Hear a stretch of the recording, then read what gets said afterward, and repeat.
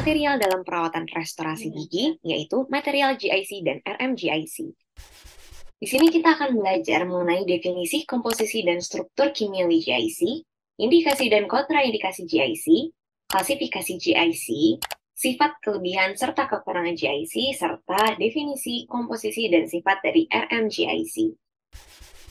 Glass ionomer semen atau GIC adalah salah satu bahan restorasi yang digunakan dalam dunia kedokteran gigi.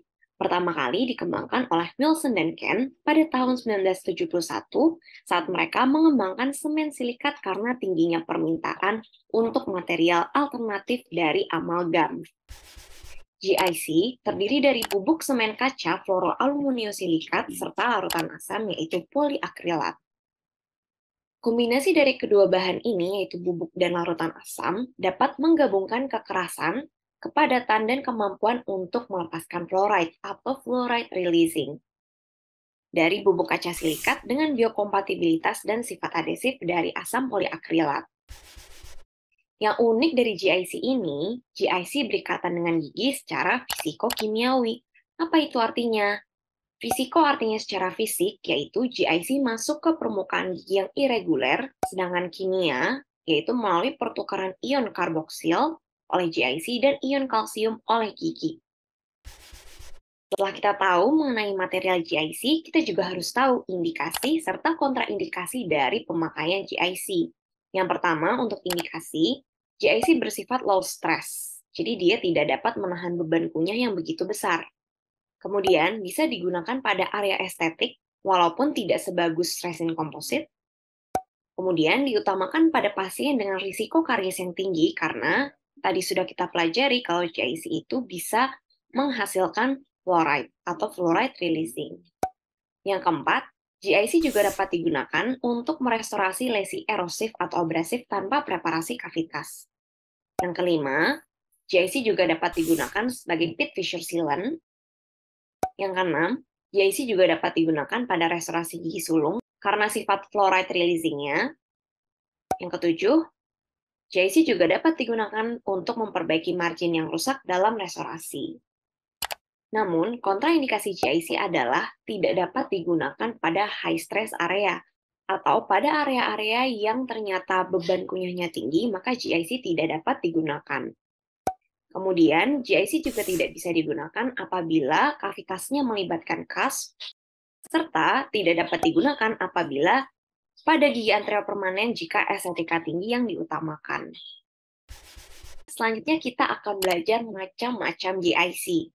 Macam-macam GIC ini ada 9 tipe. Yang pertama, tipe 1 yaitu luting, digunakan untuk merekatkan mahkota, jembatan, dan veneer. Nah, secara kimiawi akan berikatan dengan enamel, dentin, dan juga restorasi porselen. Kemudian tipe yang kedua yaitu restorasi. Tipe restorasi ini terbagi lagi menjadi dua, yaitu 2.1 untuk restorasi anterior dan 2.2 untuk restorasi posterior. Nah, untuk tipe yang restorasi ini, kebanyakan GIC-nya bersifat radiolusen pada radiograf, tapi punya reaksi pengerasan yang panjang sehingga bisa mengakibatkan kontaminasi cairan atau water in dan water out selama 24 jam setelah aplikasi.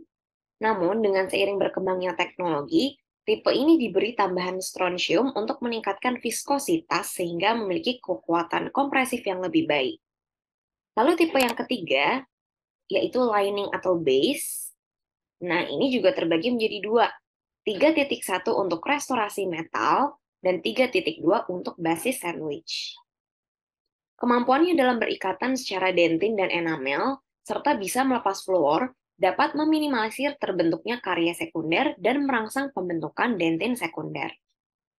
Tipe yang keempat yaitu fissure sealant. Nah, di tipe 4 ini, konsistensi GIC-nya bersifat cair, yang memungkinkan bahan GIC mengalir ke pit dan fissure gigi posterior yang sempit. Tipe yang kelima yaitu sementasi ortodonsi. GIC punya ikatan langsung ke jaringan gigi oleh interaksi ion poliakrilat dan kristal hidroksiapatit. Dengan demikian, dapat menghindari etsa asam, sehingga dapat digunakan sebagai semen bracket ortodonti.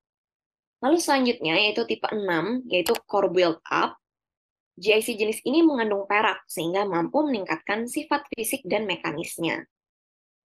Tipe yang ketujuh, yaitu fluoride release.